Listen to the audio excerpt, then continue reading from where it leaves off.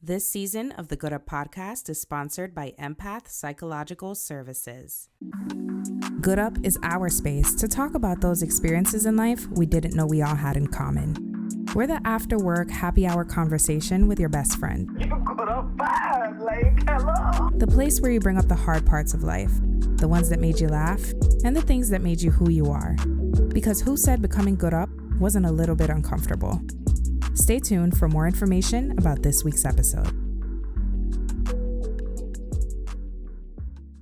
Here at the Good Up Pod, we're all about shedding light on life experiences that have contributed to who we are and learning to navigate them to find a feeling that's, well, good up. For some of us, that journey includes therapy. Empath Psychological Services operates with the belief that life's challenges are not all of who we are. They aim to create a non-judgmental environment to help their clients harness their own power and to find their path to mental well-being. Good Up and Empath Psychological Services share a passion for helping others navigate their own healing their way. If you're interested in teletherapy services in the U.S. Virgin Islands or the state of Texas, check out the link in the description box for more information on how you can book a session with Empath Psychological Services.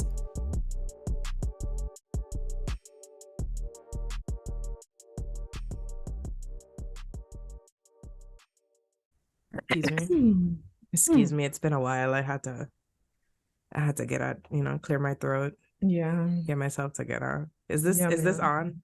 I don't even know. This thing works? Is this bitch working? It's been a while. Somebody turn on my mic. Right. You know what funny though? When we was setting up, I said, what the fuck is my mic? I couldn't find my mic. You couldn't find your webcam. Girl, it was a struggle. It's been a while. Hello, beautiful people. Hi. It's so good to be back. Hey, Isa, listen, how do you feel? I mean, physically, we getting there, but mentally, I feel great.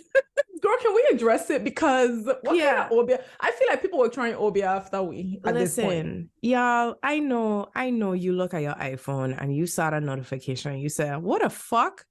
And me too, girl. Me too. Okay.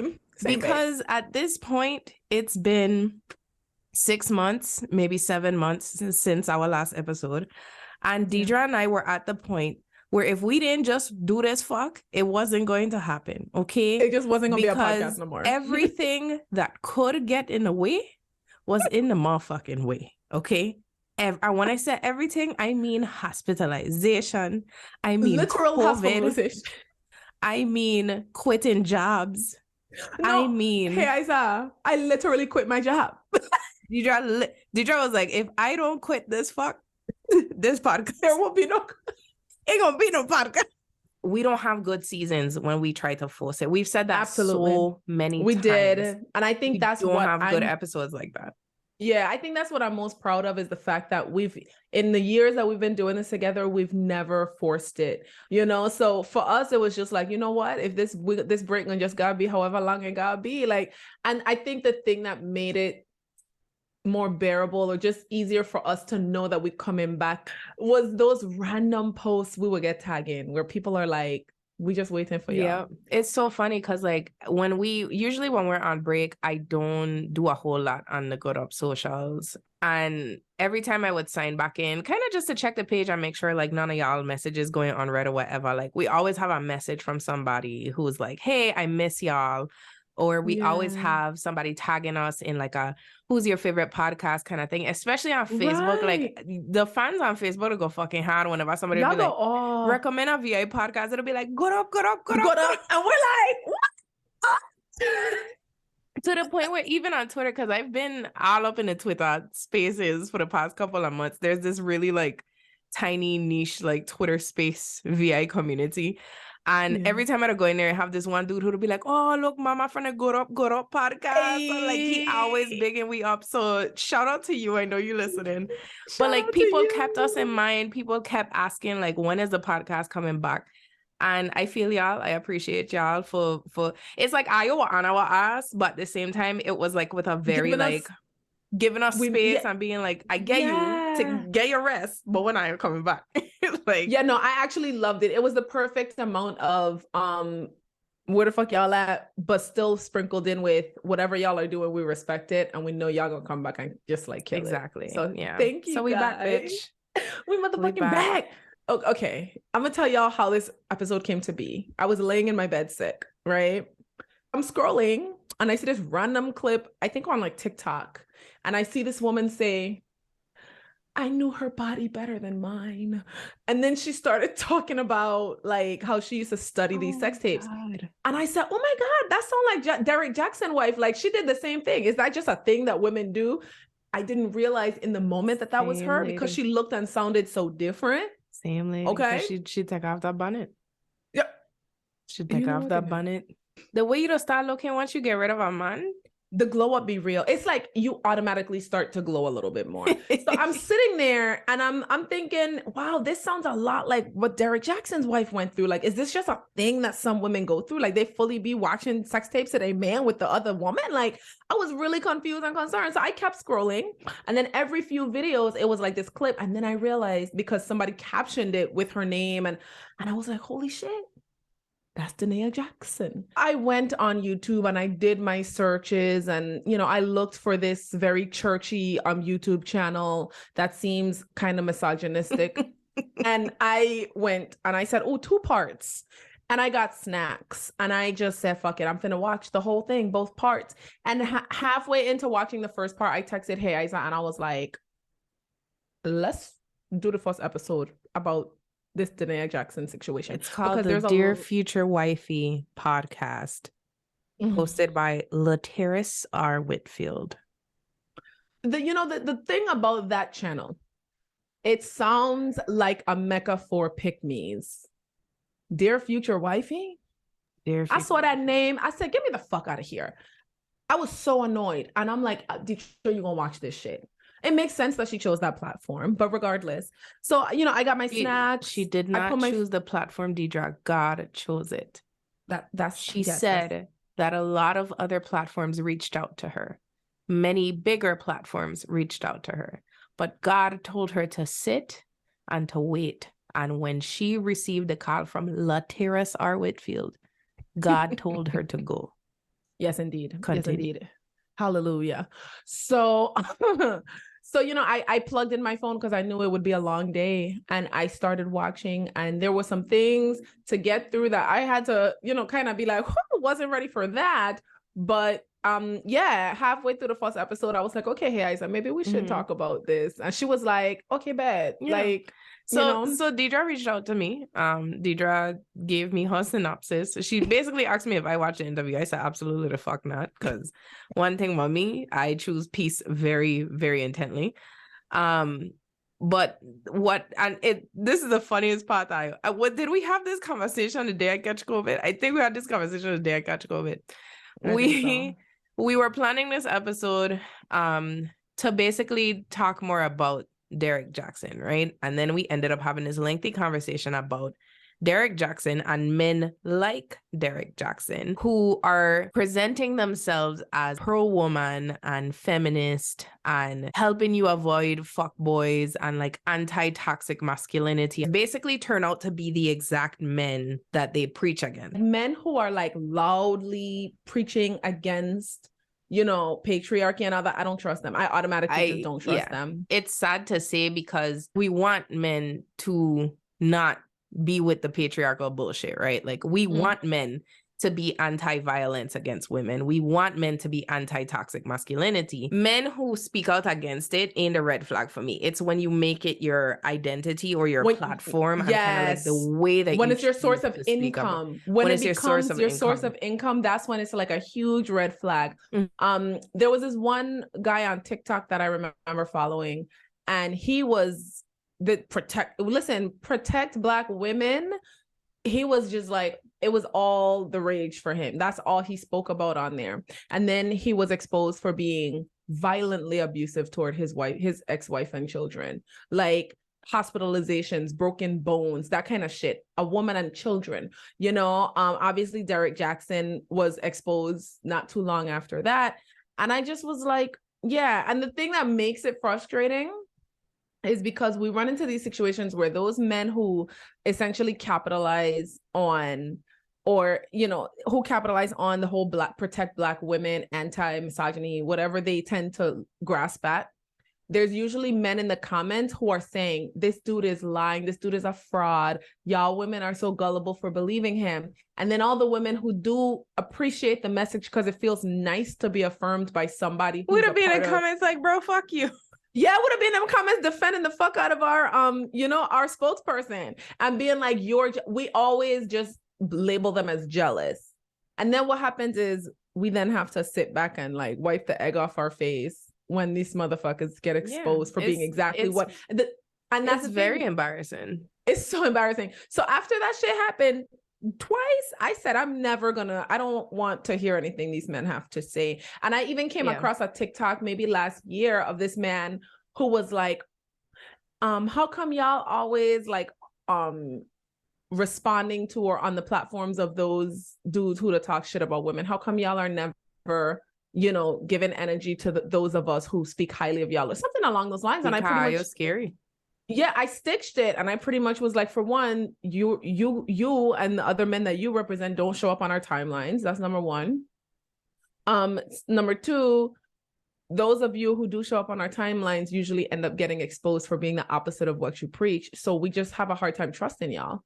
And then two, why does it matter to you that you are being platformed and not what it is that you're talking about? Exactly. Like, and then, if your goal is to save women and respect women and protect women, then do that. Like, go do that. Why do you need, but like, exactly, you don't need why do you need to gas you up for it? Exactly. Why do you need to be credited? And I pretty much ended the stitch by saying, like, I don't believe in congratulating fish for swimming. Like, why do you expect to be congratulated for doing a basic thing? Like, we respect y'all, so why are y'all not just automatically respecting us? But y'all claim to respect us and y'all expect to be congratulated for it, like for treating us like humans. You're supposed to treat us like humans. So sorry, like, keep it like just if you about it, be about it. So let me ask you this. Upon watching the interview, overall, what was your initial impression? I know you have multiple impressions about this. Girl, you know, one thing about me, I'm like a motherfucking onion. There's layers on top of layers on top of layers. So overall, aside from some of my criticisms, naturally, before I say anything, my heart absolutely goes out to that woman. Let's be clear, regardless of how much of it could have been avoided, because at the end of the day, you know, when you see a jackass, you must write it. And I'm sorry to say that so coldly, but it's true. But my heart does go out to her in many ways. One, because you just say you're a jackass, but my heart goes out to you. No, my heart absolutely goes out to her. You know, because she gave up so much of herself.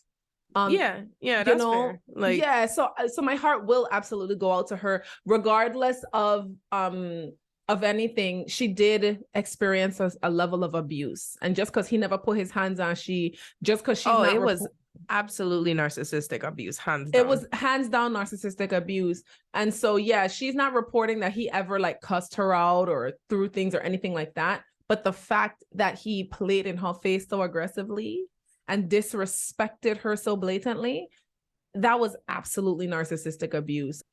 All of the behaviors that she described allegedly, because again, this is her perspective of what happened, right? Yeah. We don't actually know, but this is her perspective of what happened. I believe her.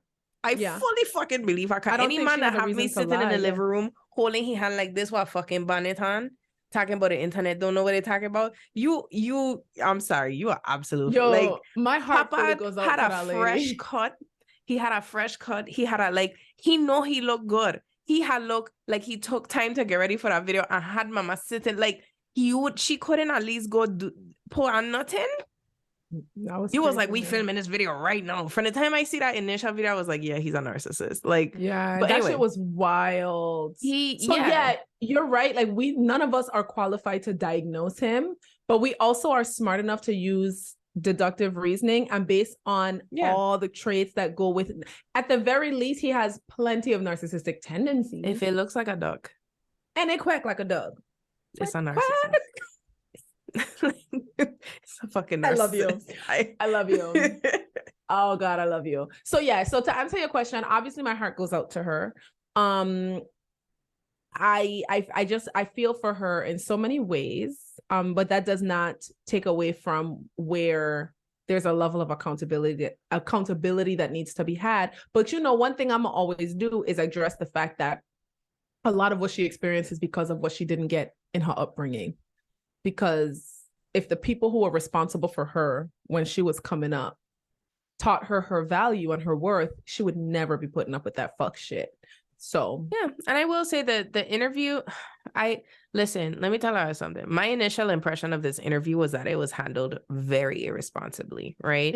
It was handled for talking about this level of trauma, for dealing with somebody who is sitting there telling you how much she's gone through with this person. This person is obviously describing abuse. That interviewer, Lateris, his fucking name, Lateris, he was very irresponsible. Like, I feel like anybody in our community, a man specifically whose name ends in Russ, can't be trusted. Like Ladarius, Lacrarius, whatever, Aquarius. You just say if your name in the US, don't send that to me, Papa. No, not US, RUS. RU at Russ. Specifically. Lateris. Yeah, we can't trust you, Papa. But he really did not handle that interview well. It's on YouTube if you want to go watch it. He was very jokey throughout the interview, right? Yeah, that was weird to me. To an extent, I don't empathize with jokey people because if something awkward, I gonna laugh. Yeah. If something sad, I laughing. If somebody in the room angry, I fucking giggling in a corner. Like, I don't laugh for every occasion because laughter is the best medicine and or my way of getting through it without awkwardness. Can I you know what? I'm glad you brought that up because that was one of the things that I made a mental note of while watching it is she's actually really funny. Well, aside from him inappropriately like making things funny, she's actually very funny. Mm-hmm. But one thing we all know to be true is that the funniest people tend to have experienced the most trauma. Yeah, and that jokiness tends to be a coping mechanism. But I agree with you that I feel like he mishandled that interview because that was a real serious topic, and I feel like he kept creating space for it to become like a joke. And that's why I will say, like, I would counter her being funny with saying I felt like she felt she had to make it funny because there were moments that he would have these like comebacks or be laughing. Like, even it wasn't even like him laughing. There were times where he would talk about something like he asked her if there was additional trauma in her past. And she brought up the fact that she had been sexually assaulted. And he said that he had read a stat that said that 1 in 5 women have been or will be assaulted in their lifetime. And it's something more like 1 in 3 now. But the way he said it was so kind of like casual. There was no extra commentary on like, well, why is that? Like, why are so many of our women experiencing sexual assault? And I know the interview wasn't about it, but nonetheless, he took such casual approaches to such heavy conversation that I feel like she thought she had to give him these like funny one-liners from the get-go. Like when she started, there was an initial part where she said that she would be in closets like crying because she had just watched videos of her husband having sex with other people. And she was like, I saw you just having sex with such and such and such and such. Like she listed the people and his initial response was to laugh. And I'm like, that's not funny. It really ain't fun. Like this girl telling you this man she in closets. I'm sorry. This is where, and I just, this is going to be so like to the left, but this whole experience and her being on this podcast is a prime example of how the church has failed Black women. And that was going to be my next question for you is like, what role do you think the Black church plays or church in general plays in sheltering men like this? Yeah. And that's exactly it, because I feel like what this woman experienced was not taken seriously enough. And even the reason why I say like, I feel like the Black church has fully failed the Black woman is because for her, she's saying, oh, God spoke to me and God told me that this is where I have to do it. That wasn't no motherfucking God. That was the brainwashing of the fucking Black church. It was. Because obviously if it was God, she would have properly vetted that situation and she would have realized that that might not be the appropriate place for a conversation like that. And obviously it comes down to her commitment to being a Christian, right? And she felt like that platform probably was more in alignment with what she is and who she is. Low key, I feel like Red Table Talk would have ate that shit right up. Man, I feel like Red Table Talk Facebook would've... watch playing in my fucking face right now. I feel like if shit. Yeah, I feel like God actually wanted her ass to go to Red Table Talk, but you know, the other one on the shoulder said, go to Ladarius. Ladarius. Go to Ladarius. No, I absolutely, the reason I asked you, like, what role do you think the church is playing in protecting men like this is because we listed some of the men that kind of fall into this category earlier, but I think a lot of the new age, like modern Black pastors or preachers or whatever, men who have prominence in churches, who have like these podcasts and these videos and shit like that coming out, they also do this thing where like they speak directly to women, right? And they have these messages that are all about like empowering women and making sure that women feel like they're prepped to be like good wives and this and that. And it's really just repackaged bullshit from like the old time pastors of our youth, right? They ain't saying shit different. They just saying it with skinny jeans on with fucking neon lights in the background in a mega church. Exactly. It's not that different. So it's even everything about this situation, from Derrick Jaxn to her family failing her to her Christian upbringing and how it influenced the way that she navigated to this situation, down to the platform that she chose to tell the story, is all just like evidence of the Black church being like, at the end of the day, this is your fault. At the end of the day, you are in full control over everything that happened, but somehow God also is in control. But it's still your fault. Yeah, I'm glad you brought that up, because one of the things I noticed that happened a lot, at least because just like you, I could only make it through the first episode and a half. So I saw all of part 1 and maybe halfway or 3/4 of the way through part 2. But one of the things I noticed is her willingness to take accountability, and she almost took too much accountability. She was constantly looking for ways to own where she contributed to this situation. And I'm like, the only thing that if you did anything wrong, the only thing you did wrong was take a cheater back. That's it. Other than that, there's really not much for you to be so accountable for. You know what I mean? This man treated you like shit. Like, the man treated you like shit. There's not much for you to take ownership of, but she was doing a lot of that. She was actually doing a little bit of fucking aerobics to try to take some accountability. And I'm like, babe. She did a lot of like describing his actions and like describing how he would go about his abuse of her. But there was not a whole lot of like, this is a sign that he is a bad person. This is why he is a bad person. It was always like, I wasn't fully, within myself as a Christian woman. And I would sometimes be in this cycle of toxicity. Like, is the toxicity in a room with us right now, bitch? Because it seemed like it's Derrick Jaxn. Like, right. And because granted, yes, it is toxic to sit there and watch this video, and then when he asks you what's wrong, you lie and say that you miss your dad. Is that toxic? Yes. But also we acknowledge that you were doing that because you was afraid to lose your man, because you were trained and indoctrinated to believe that your value is based on having a husband. Yeah. The fucking Black church failed this girl. Like, what are we, like, what?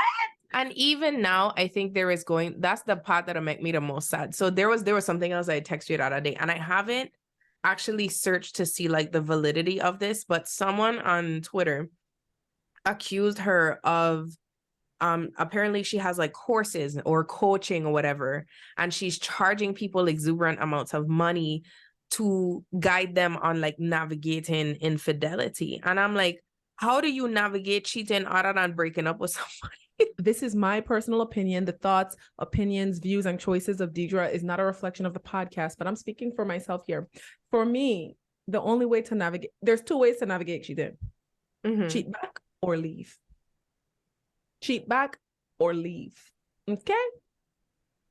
Because if you really like that motherfucker, right? Like, if you really like them and you really enjoy them, and it's like, damn, this nigga cheated on me, but I'm not ready to leave. Honey, I at least cheat him back. Or and one of the reasons why I might really, really, really like you is because maybe you're rich, right? So I'm like, you know what?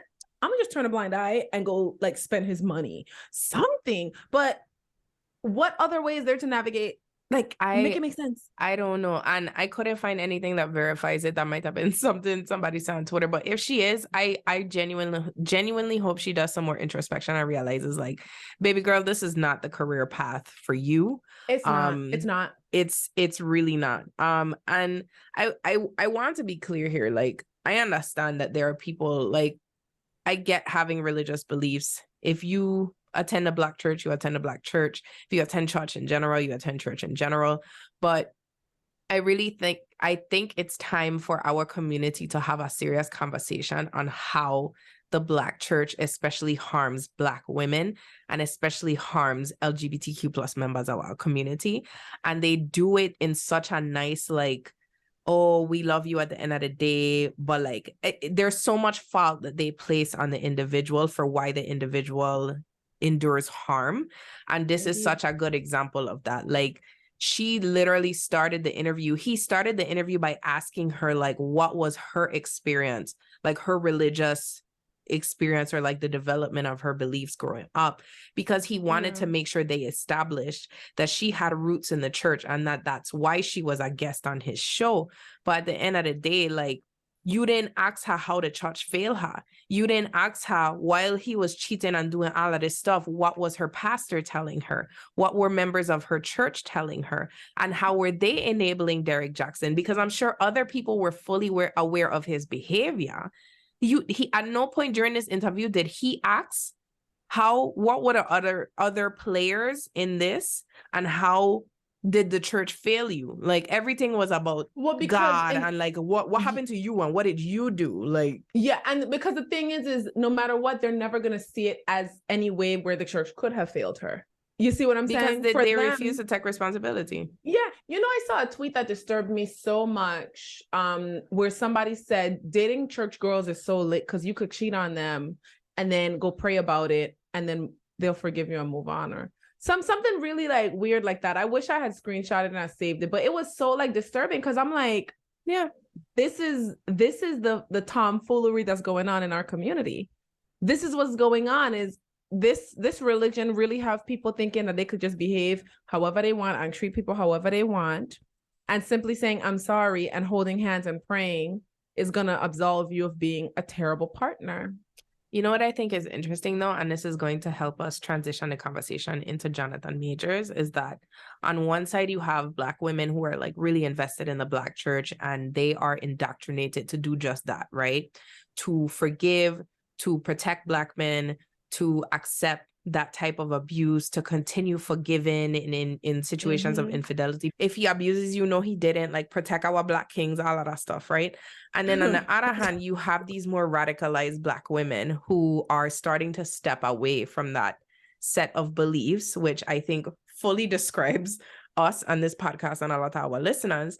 And when in how we respond to situations like this is very different, right? Yeah. So where you will see women who are still kind of involved in that church mentality, or that, like, at the end of the day, I want to be a wife mentality, somebody like Derrick Jaxn will still have room to gain their forgiveness. Whereas when the Jonathan Majors news had come out, and this was not somebody who was based in a church, like, this was a conversation that was mostly heavily happening on Twitter, where again, a lot of the Black women on Twitter are more on that like radical feminist kind of side.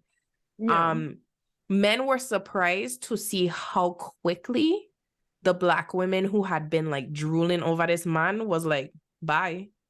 Like, black and white, no excuses, no, oh, we don't know the full story. Like, there were some, and it was funny. It was mostly Black men who I saw doing that shit. Of course, they always want to know the full story. And let me tell you something about Jonathan Majors, because I was one of them, right? I had loved to see that man. Something about that man. I don't know what it is, Deidre. Something about that man had do something. He had just look. And I scared to even fawn over him in retrospect now, knowing who he is. But he had just looked like he would come home and like cook for me, but at the same time tell me to like sit my ass down somewhere and like I would listen, you know, right? So everybody has that energy about him, and I never saw it. And it's so funny because I just don't find him to be attractive. And that's not saying, and let's be clear, I don't think he's ugly, but I just have never been attracted to him. And that's fair. And I'm like, I had an attraction to him. He's definitely my type. I had an attraction to him. I also thought he was an extremely talented actor. Like, I'll give him that. Black Twitter was here for this man. It wasn't even just the physical attributes. It was the fact that he had already proven himself to be an excellent actor. He was getting casted in all of these different movies. And for us, it was like, yo, are we seeing like the new Denzel come to life? Like, are we seeing the birth of the career of another legendary Black actor, right? Right. And Which this news comes out and we're instantly like, oh, fuck. Like, what is going on? So at first, everybody were kind of like, you know, just like waiting to see what this was about. He was, for at least the first couple of hours when this news started to drop, he was given the benefit of the doubt. I will say that. He was? Because he kind of was, because people were just like, the stories that were coming out were very vague. It was kind of like he got arrested for battery. The minute it come out and it was like, it was a domestic situation, Black women was like, all right, let me pack my shit. I get the fuck out. Like Viola Davis, and when she picked up her bag and was just like, that's one of my favorite things ever. Angela, like it literally was like that, right? And I remember there being such a switch up between, so back when all the women were like fawning over Jonathan Majors, it had this subset of Black men who used to be like, he ain't even all that, and he emasculating Black men, and he wearing pink in his interviews, and da-da-da-da-da, and had all this shit that they were basically hating large on this man, right? Yeah.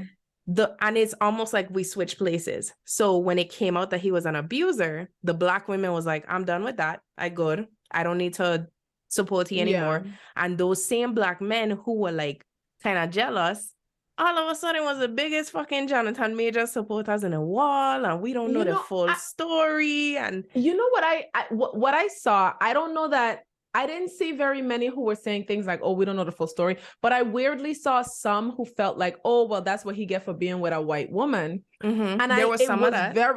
It was very disturbing to me, because I'm like, so what you guys are saying is that if he was with a Black woman, it would not have been revealed that he's an abuser. There was some of that. The reality is we can't act like that's not true. And that's the thing. And that's not saying that other all part Black of it women too is that it is the abuse of white women is responded to very differently than the abuse of Black women, right? Yeah. Because there were men coming forward to defend him and all of this stuff and protect him and all of that shit. And it was just very interesting to see sort of his rise and fall and like how Black women specifically responded to it. Yeah.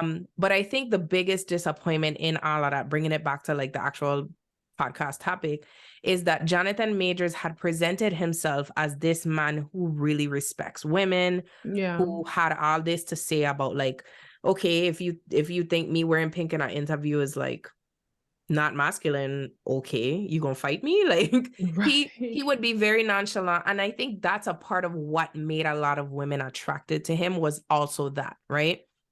They had all this trust for him and all of that shit. So when it was revealed he was an abuser, I was kind of like, fuck, like who ain't trash? Like, another here we go. Who ain't trash? Like, it's scary out here. I think that's what's getting really difficult right now, is we keep running into this thing where just where we have some hope, it's kind of our bubble gets burst and we're like, well, here we go again, you know? And it's like, I feel like we're walking like over time to be hopeful and be positive, you know, because it's like, every time there's somebody that we're like, okay, this person is defying the odds, then, you know, something gets exposed about them. Something gets exposed. And I think the question I keep asking myself is like, how do we tell the difference between men who want to harm us and men who actually care about us, and then the men who pretend to care about us but actually are okay with harming us? Like, where is the difference in all of that? And like, how do we as Black women protect ourselves and like navigate that? Like, I don't need Derrick Jaxn coaching to navigate infidelity. I need to navigate these dudes out here. Like, hello, because first of all, hey Isa, it's a real good thing you married, because it's bad out here. Listen, it's bad. Listen, and I don't know how much more of the delusional thing I could do where I'm like, perfect person's out there for me. I was telling Daima yesterday, God forbid if my marriage fail, I move into a commune. I'm not dating again. Listen, I'm not doing it. If you listening to this podcast and you one of my old hoes and you just kind of waiting for the day I become available again, Papa, don't take your duck out of this row. Take them out of this row, because I'm not going back to heterosexual men. I'm not. Yeah, I'm not. at this point, if there's some sort of science that can alter your sexual orientation, then I will happily volunteer as like a clinical trial or whatever. Because I'm like, can I just be a lesbian at this point? Can y'all just turn me into a lesbian? And it's not even to say we can use them for sex, because even in situations where women are getting sexual benefit, it's dangerous for us. It's so dangerous for us. It's so dangerous. I had to have a conversation with a friend of mine not too long ago where I was like, hey, hoes are people too. I don't know if you know, but hoes are people. Even if you have somebody who, okay, that's your hoe, whatever, use a friend with benefits. The key word here is for, you could treat that person like a human being. You can have a friendship with that person without dating them. You can be kind to them. You can give them consideration. You can communicate with them. Yeah. And you could just have sex with them at the same time. Who knows? Yeah, all those things are very possible. But for some reason, and I don't know if this is like a whole, like, I don't know if this is across all men or just our men, but I feel like they genuinely in their heart of hearts believes that once a woman is sexual in any fashion, she's no longer human. I really feel like, and they say it, oh, her body count's too high.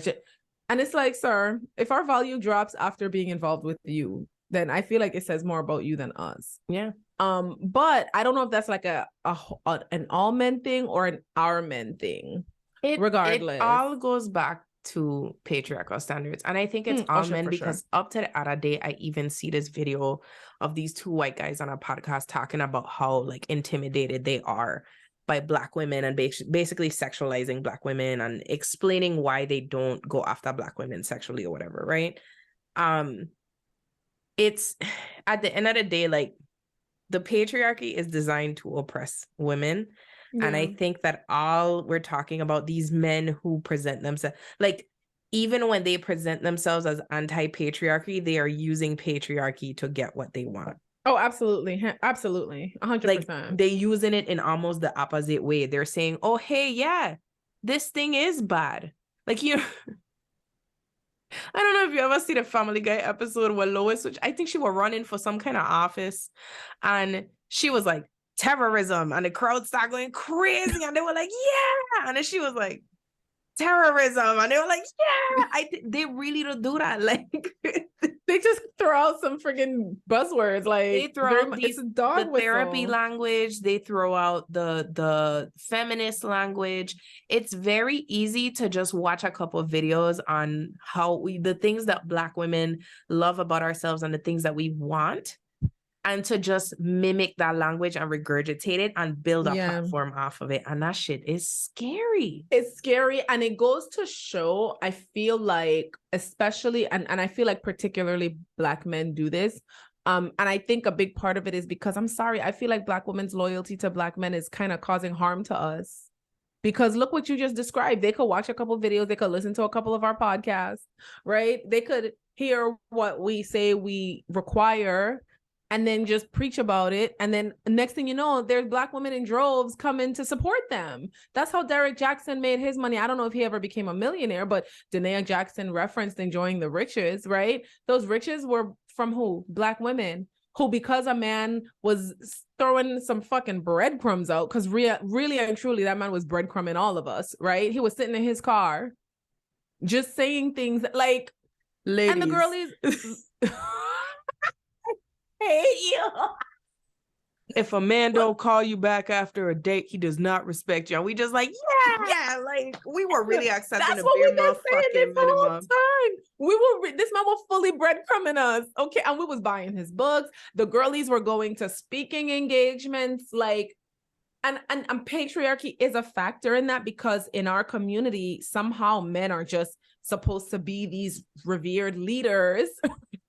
And so the minute a man comes out and says something that we, believe, then it's up. And it's wild to me. But the rise of Derrick Jaxn and Jonathan Majors and all of these other Black men who've had these platforms based off of just saying the right thing, it says so much about how we are often treated by the men in our community and how desperate I think Oh, Black yes, women honey. are just to be Just to be respected seen. and just to Yes. be seen. It Yes. says so much that somebody could make millions off of saying, hey, ladies, you actually do, you know, you deserve communication. We're just like, oh my God. Yeah, we do. It's, and it we're goes not back to crazy after all. Yeah, It's- we're you know not what it is? crazy. It's a certain level of validation that they're It's providing. validation. But it's insincere because you sitting in your car telling us if he don't text you back, he don't respect you. Meanwhile, you probably parked up at your side bitch house while your wife is at home changing diapers. In the closet. In the closet crying because she just watched another motherfucking sex tape. Like it says so much about how much we are lacking from our men. And if a man listening to this podcast and saying, well, what do you want us to do? Like the bare minimum is all I ask him. I'm not asking for that. I'm not asking for the motherfucking bare minimum. I want everything. And if you don't have it for me, then keep fucking stepping, bitch. But I don't what want the I'm bare saying, minimum. but what I am saying, I'm not saying in dating. I'm saying as a community. The bare minimum is that you respect us and you see us as human. You could go up from there. You have plenty of room to improve from there. But we are in the place that we're in because you don't even give us that for the most part. Like as a whole, as a demographic, you don't do that. So because you don't do that, it's easy for the men who pretend to build these platforms and gain all this notoriety. Bamboozle us. Yeah. In dating, hell no, I'm not expecting the bare minimum. Respect. But you know what? Even in the community, I don't want the bare minimum. If the bare minimum is all you can give me, I don't fucking want it. You can keep it. For me, because I give everything and I deserve everything. So as a community, if all they have to give us is the bare minimum, I don't want it. I'm going to stay in my little bubble. I'm going to raise my son to know to give the women of our community. I just give women in general, but especially the women in our community. I'm going to teach him and raise him to make sure that he understands that the standard is everything because Black women are everything. But sir, whether you're my brother, my uncle, a nigga who's trying to fuck, or the motherfucking dude bagging my groceries, if all you have to offer, respect-wise, to the women who keep you alive is the bare minimum, you can keep it. I don't want it. You know what? That's actually fair. That is very fair. Like, I'm fully done. I am fully willing to admit that I was wrong. Because you're right. You're right. Think about it here is that when every single time a Black man is gunned down, when we see images of protests, who the fuck is in the front, face to face, squaring up with the motherfucking police? Black women. Fuck that. If y'all only have the bare minimum, keep that shit. We don't want it. We are rearing your children. We are raising them in community. We are leading the social justice causes because the reason we even out here talking about any kind of feminism, any kind of progressiveness when it comes to the LGBTQ plus community is because of Black women and Black trans women. Like, yeah, exactly. It's us leading the charge here. So if all you can give me is to see me as human and give me basic respect, then you're right. It's not enough. It's not enough. The way that I see y'all jump up behind these men who harm women, who harm Black women specifically, and try to defend them and make it seem like we have responsibility in the violence that we face. And I gonna say it, like, it don't make a difference to me if you are a person on Twitter defending Tory Lanez or if you are the podcast host of this podcast that Derrick Jaxn was on and you giggling your way through the fact that she's describing her abuse at the hands of a Black man. It's the same to me because it tells me that you don't take the harm that we face seriously. And yes, because you think we can handle it. You think we can handle it and you think it's our fault. Oh, at the end of the day, you're going to always think it's our fault. And that's crazy. That's wild to me. That's so wild to me. I was sitting there listening to that and I was disgusted. Now, remember earlier I said there still does need to be a level of accountability for her. The reason why I couldn't get through the rest of that interview was because she is one of the toxic members of the Black church. Period. Yeah. One of the things that she experienced when she was initially going through her thing was she was on the internet cussing. She fully was putting a curse on the internet, right? Helmet of salvation. Yes. That was not a bonnet, honey. In any case, so she fully came on the internet and put a curse on everybody, right? Which, girl, do whatever works for you. But the thing that really just made me say, okay, you are willing to take accountability to protect this man who's done harm to you. but you're not willing to acknowledge where, okay, maybe you took a misstep.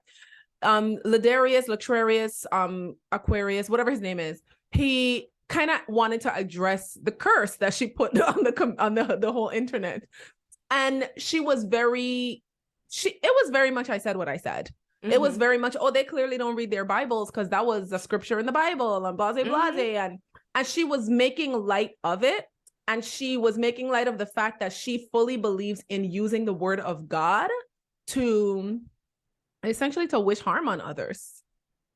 Because I'm sorry, she was wishing harm on all the wrong people. Like on the wrong. Bitch, at no point in that interview did she acknowledge that she's upset with him, that she's hurt by him. That she so when against him. Like I am hurt because the man who I trusted, the man who I fucking risked my life and bore children for, like the man who I wanted to spend the rest of my life with, she never once expressed that she was angry at him. You know what I mean? And so she's sitting there and she's justifying, and granted, hey, listen, for the Christians, do what you got to do. If you like it, I love it. Right? I get it. It's in the Bible, right? And her whole argument was, it is in the Bible. They clearly don't read their Bibles. First of all, not everybody is Christian. Secondly, the Bible got mad spells in that motherfucker. Okay, I'm a witch, I could tell you. The Bible does have a lot of spells in it, but regardless, you're taking something so literal, and some things from the Bible, I just feel like the whole Bible needs to be disregarded, but regardless, some things from the Bible just do need to be disregarded. And you telling me it's not even that it's wishing harm on people and their children. And it's wishing harm on people and their children, and it's deflecting off of like a very real scenario that had nothing to do with the Bible or with your religion, and everything to do with a man who was a narcissist and was cheating on you, like who mistreated you. And then that's the thing, because you said the right thing is she's mad at all the wrong people. Yeah. You over here mad at the internet for having commentary. Baby, the internet got commentary because you sat on the motherfucking internet with your bonnet. You didn't stand up for yourself and tell that nigga, well, let me just fucking take out my twist out at the very least. You sat there, you let that man decide for you that y'all gonna address his fuck shit. You looked crazy. Granted, everybody was wrong for pretty much being like, well, of course he cheated on her. Look at how she looked. That was fucked up. Y'all ain't shit for that. However, baby girl, you could have left their babies up out of it. You gonna wish like lupus on what did she wish on the children? Sores or whatever she wished. Baby girl memorized that scripture. Honey. Listen, and I get it. I mean, I don't get it, but to an extent, like when it comes to going viral and for anything and people coming at you and people commenting on your life, people get defensive. And she said all of that shit. And I was hoping that she would take some accountability for that and be like, maybe I responded a bit extremely. But at the end of the day, like, this is somebody who believes that the Bible is a one-size-fits-all manual for life and for every scenario that comes up in life. And it again goes back to the church and how the church is putting this responsibility in your hands, and you are the defender of the scripture, and you're this and you're that. And it's just it's interesting how these people contradict themselves. It's interesting how they will use this scripture and everything that they're being taught in church as just this way to deflect from the real problem. And as long as she continues within that mentality, like it's sad. She talked about the fact that she had been in therapy multiple times and all of that stuff. And I'm like, well, which therapist are you going to? And why did your therapist never tell you like, hey, religion is great. Your spirituality is your spirituality, but right now that don't have shit to do with the fact that like you endured years of abuse. By somebody, and you need to unpack that. And you need to unpack that, and you need to not be on this podcast talking about like this podcast is not the place to do it. Like, you are not. Can I be honest? I don't think she's been in therapy, and if she has been in therapy, I think she was with like a Christian counselor. Yeah, because she said that she went to multiple therapists. She said she went through 3 therapists. Oh yeah, she did say she had 3 therapists. She did say she had 3 therapists. And when she said that, the host laughed, and he was like, "Why did you need 3?" And he was like, "Did you?" Yeah, he was like, "Why did you need 3?" I remember that. No, I remember, and I was so like weirded out by that. She basically said something else. He said, "So with the 3 therapists, if one didn't work, did you go find another?" And she said, "Yes." And the minute she said it, I was like, I wonder why the initial therapist didn't work. And I wonder which one you ended up with. She ended up with a Christian counselor who pretty much found ways to make pretty much found ways for Derrick to just be a man. He's just a man. He's just either way. Listen, the moral of the story in this episode is y'all need to make sure that you are not out here applauding people for calling fucking spades. Like, stop applauding people for the bare ass minimum.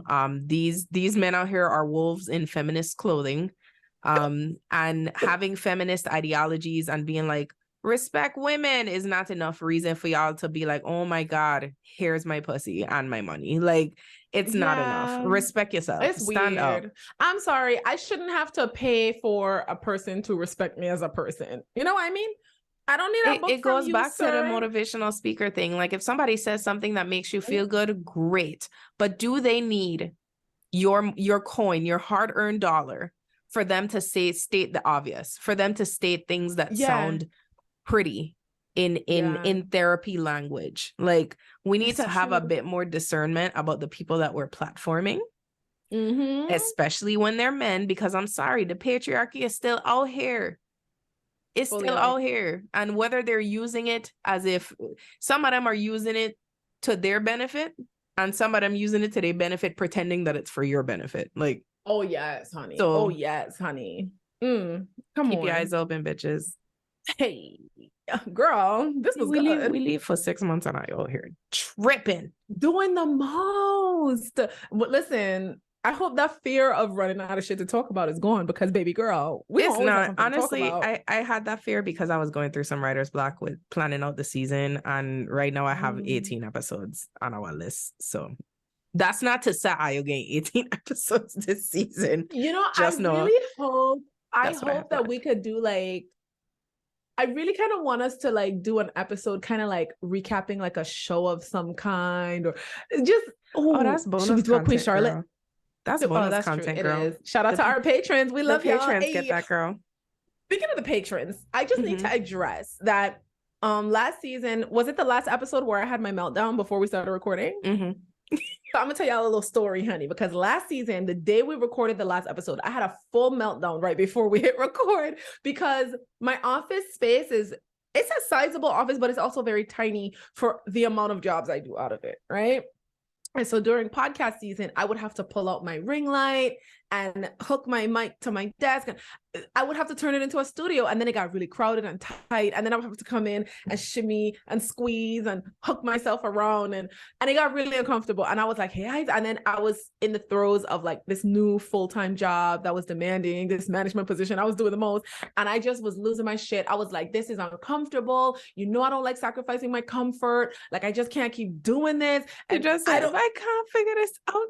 And I ain't gonna have to step away from the podcast. And I just look at you like, I was sitting there. Hey, is such a good partner, because she really let me get those feelings out. I was really venting from a very emotional place, and she just sitting there like, no worries, mama. Like, I get it. Y'all, shout out to the patrons, because hey, I said send me this little contraption, right? Yeah, the patrons paid for a new setup, and y'all paid for this shit. Shout out to our patrons. It's like, I'm gonna take a picture and like put it on our IG story. It's so lit. It's like this thing on wheels. It have a ring light attached. The mic is attached to it. It's got a thing to hold my laptop. It's got like all these different like arms. It's so cool. And then I could just roll it around my office wherever I want. And then if I just don't feel like seeing my equipment, because I just want my office, because y'all see my trees and shit up in here, right? If I just really wanted to feel very witchy and vibey, and I just want to vibe out with my crystals, girls, I could just roll this thing out the office and close the door and pretend I'm not a podcaster. Yeah, this was good though. I missed you, hey Isa. I've missed you too. It's good to be back in the proverbial studio. It feels good to be back on you all's speaker. I don't know how you listening to us. We are looking forward to a wonderful season with you all. Shout out to everyone on Patreon who is supporting us. If you want to help keep the motherfucking lights on in this bitch, it's patreon.com/goodupodcast. You can join for as little as $1. We don't tier our content, so you get access to bonus content whether you are a $1 level Patreon or whether you are investing $30 a month. So we believe in equity in this bitch.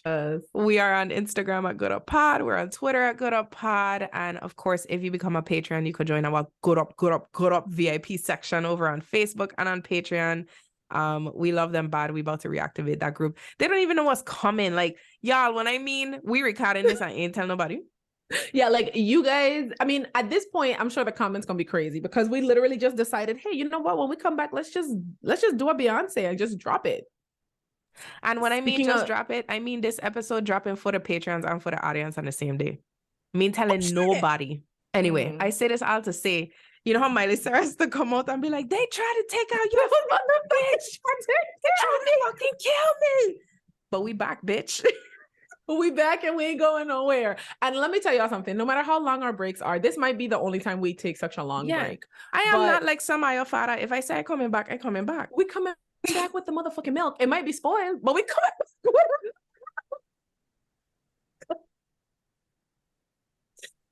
I'm so sorry to those of you whose fathers did. I'm so sorry. That was uncalled for. I'm sorry. I recognize what I have done too much. You're such a series. Like,